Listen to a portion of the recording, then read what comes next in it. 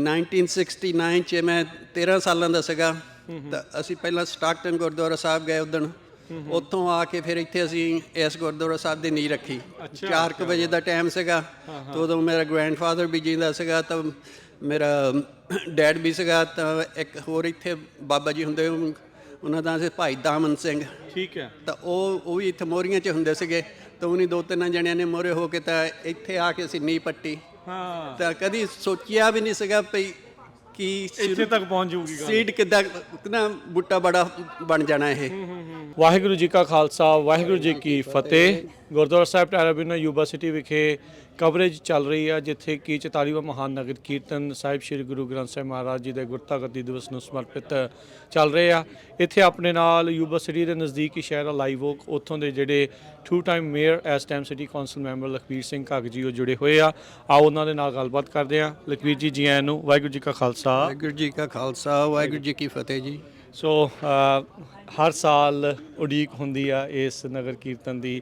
Yuba city ਨਜ਼ਦੀਕੀ ਇਲਾਕੇ live okay ਵੀ ਨਾਲ ਹੀ ਆ, ਸਾਰਾ ਕੁਛ ਆ। ਸੋ ਤੁਹਾਨੂੰ ਬਹੁਤ ਚਾਅ ਹੁੰਦਾ ਇਹੋ ਜਿਹੇ ਇਸ ਸਮਾਗਮਾਂ ਦਾ? ਹਾਂਜੀ, ਸਾਨੂੰ ਬਹੁਤ ਚਾਅ ਹੁੰਦਾ ਆ। ਅੱਜ ਤੋਂ ਐਕਚੁਅਲੀ 7-8 ਸਾਲ ਪਹਿਲਾਂ ਅਸੀਂ ਘਰ ਬੈਠੇ ਤਾਂ ਸੋਚਦੇ ਵੀ ਸੇਵਾ ਕਰਨੀ ਚਾਹੀਦੀ ਹੈ ਕਿਸੇ ਤਰੀਕੇ ਦੀ ਜੀ। ਤਾਂ ਮੈਂ ਤਾਂ ਮੇਰੀ ਡਾਟਰ ਸੋਚੀ ਜਾਂਦੇ ਆ ਵੀ ਕੀ ਕੀਤਾ ਜਾਵੇ। ਤਾਂ ਮੇਰੀ ਡਾਟਰ ਕਹਿੰਦੀ ਆਪਾਂ ਨੂੰ ਦਸਤਾਰਾਂ ਸਜਾਉਣੀਆਂ ਚਾਹੀਦੀਆਂ ਆ। ਠੀਕ ਹੈ। ਸੋ ਅਸੀਂ ਆਪਣਾ ਆਈਡੀਆ ਸਾਡਾ ਵੀ ਸਰਬੱਤ ਖਾਲਸਾ ਦਸਤਾਰ ਕਲੱਬ ਬਣਾਈ ਵੀ ਅਸੀਂ ਲੋਕਾਂ ਦੇ ਦਸਤਾਰਾਂ ਸਜਾਉਣੀਆਂ। ਠੀਕ ਹੈ। ਉਹਦੇ ਨਾਲ ਫਿਰ ਸਾਡਾ ਰਿਲੇਟਿਵ ਦਿਲਬਾਗ ਸਿੰਘ ਡੋਲ ਸਾਡੇ ਨਾਲ ਜੜ ਗਿਆ। ਫਿਰ ਅਸੀਂ ਸਾਰਿਆਂ ਨੇ ਇਹਨੂੰ ਹੋਰ ਵਧਾਇਆ ਹਰੇਕ ਸਾਲ ਹੁਣ ਸਾਡੇ ਨਾਲ ਹੋਰ ਮੈਂਬਰ ਜੁੜੀ ਜਾਂਦੇ ਆ। ਤਾਂ ਬਹੁਤ ਆਨੰਦ ਆਉਂਦਾ ਇੱਥੇ ਆ ਕੇ ਸੇਵਾ ਕਰਨ ਦਾ, ਤਾਂ ਕਿਸੇ ਦੇ ਸਿਰ ਤੇ ਤਾਜ ਰੱਖਣ ਦਾ। ਬਹੁਤ ਵੱਡੀ ਗੱਲ ਹੈ। ਕਿਸੇ ਦੇ ਦਸਤਾਰ ਸਜਾ ਦਿੰਦੇ ਆ, ਜੇ ਤੁਸੀਂ ਉਹਦੇ ਮੂੰਹ ਵੱਲ ਦੇਖੋ, ਉਹਦੇ ਮੜੰਗੇ ਵੱਲ ਦੇਖੋਗੇ ਨਾ, ਟੋਟਲੀ ਚੇਂਜ ਹੋ ਜਾਂਦਾ। ਇਹ ਲੱਗਦਾ ਜਿੱਦਾਂ ਕਿ ਨਾ ਵੀ ਵਾਹਿਗੁਰੂ ਜੀ ਆਪ ਹੀ ਵਸ ਗਏ ਹੁੰਦੇ ਆ ਉਹਦੇ ਵਿੱਚ। ਹਾਂਜੀ। ਸੋ ਬਿਲਕੁਲ ਰੀਸੈਂਟਲੀ ਜਿੱਦਾਂ ਅੱਜ ਆਪਾਂ ਹੁਣ ਵੀਰਵਾਰ ਨੂੰ ਇਹ ਗੱਲ ਕਰ ਰਹੇ ਹਾਂ, ਅੱਜ 2 ਤਰੀਕ ਨੂੰ ਨਵੰਬਰ ਦੇ ਮਹੀਨੇ ਨੂੰ ਸਿੱਖ ਐਪਰੀਸ਼ੀਏਸ਼ਨ ਉਸ ਮੰਥ ਦੇ ਵਜੋਂ ਫਰੈਜ਼ਨੋ 'ਚ ਮਨਾਇਆ ਗਿਆ। ਤੁਸੀਂ ਦੱਸ ਰਹੇ ਸੀਗੇ ਵੀ ਤੁਹਾਡੇ ਸ਼ਹਿਰ ਦੇ ਵਿੱਚ ਤੁਹਾਡੀ ਸਿਟੀ ਕੌਂਸਲ ਵੱਲੋਂ ਵੀ ਇੱਕ ਇੱਦਾਂ ਦਾ ਹੀ ਮਤਾ ਆ ਰਿਹਾ ਹੈ। ਹਾਂਜੀ, ਆਪਣੇ ਲਾਈਵ ਓਕ ਦੇ ਵਿੱਚ 400 ਸਿੱਖਾਂ ਦੀਆਂ ਫੈਮਲੀਆਂ ਹੋਣੀਆਂ ਆ ਜੀ। ਤਾਂ ਅਸੀਂ ਉੱਥੇ ਵੀ ਸਿੱਖ ਐਪਰੀਸ਼ੀਏਸ਼ਨ ਮੰਥ ਅਪਰੂਵ ਕਰ ਦੇਣਾ ਆ 15 ਤਰੀਕ ਦੀ ਇਸ ਮਹੀਨੇ ਦੀ ਮੀਟਿੰਗ 'ਤੇ, 15 ਨਵੰਬਰ ਨੂੰ। ਹਾਂਜੀ। ਤਾਂ ਉਹ ਵੀ ਬਹੁਤ ਜ਼ਰੂਰੀ ਆ, ਕਰਕੇ ਸਾਡੇ ਲੋਕ ਬਹੁਤ ਕੰਮ ਕਰਦੇ ਆ ਪਰ ਐਪਰੀਸ਼ੀਏਸ਼ਨ ਬਹੁਤ ਘੱਟ ਮਿਲਦੀ ਆ। ਇਸ ਕਰਕੇ ਸਾਨੂੰ ਵੀ ਕਿ ਨਾ ਆਪਣੀ ਕਾਂਗਰੀਗੇਸ਼ਨ ਨੂੰ ਸਾਰਿਆਂ ਨੂੰ ਇਕੱਠੇ ਹੋ ਕੇ ਤਾਂ ਜੋ ਵੀ ਕਰਦੇ ਆ ਇਕੱਠੇ ਹੋ ਕੇ ਕਰਨਾ ਚਾਹੀਦਾ ਆ, ਸੋ ਲੋਕ ਰੈਕਗਨਾਈਜ਼ ਕਰ ਸਕਣ ਵੀ this is a well-educated, well-behaved community, and they're member of our society, and they're here forever, and they're going to do a lot of good input to our society. ਤੁਹਾਨੂੰ ਕਿੰਨੇ ਸਾਲ ਹੋ ਗਏ ਇੱਥੇ ਆਇਆਂ ਨੂੰ, ਇੱਥੇ ਵਸਿਆਂ ਨੂੰ? ਮੈਨੂੰ 52 years ਹੋ ਗਏ ਆ।